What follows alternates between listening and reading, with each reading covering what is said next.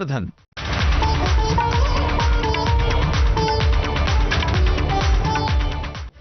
आपण बघता दुपारच्या बातम्या. महिला दिनाच्या दिवशीच गर्भवती महिलेला प्रसूतीसाठी रुग्णालयामध्ये धावपळ करावी लागली आहे.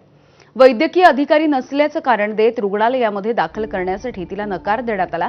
डहाणूमधली ही घटना आहे. डहाणूच्या कॉटेज रुग्णालयामधला हा सगळा भोंगळ कारभार समोर आलाय. डहाणूच्या वडकून इथल्या दर्शना मानची यांची प्रसूतीसाठी मध्यरात्रीच्या वेळेला ही धावपळ झाली आहे.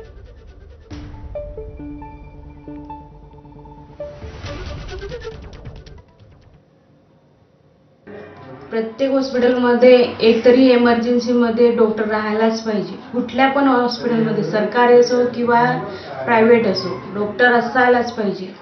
जी माझी हालत काल झाली ती खूपच भयंकर होती आणि जी मला त्रास झालाय ते कुठल्या व्यक्तीला तसा त्रास व्हायला नाही पाहिजे. आणि आईच्या आणि बाळाला जीवापर्यंत हानी होणार होती काल. या हॉस्पिटलमध्ये आम्ही ऍडमिट झालो असतो. वाशीमध्ये गहू पिकाला हमीभावापेक्षा कमी दर मिळतोय, त्यामुळे शेतकरी सध्या अडचणीत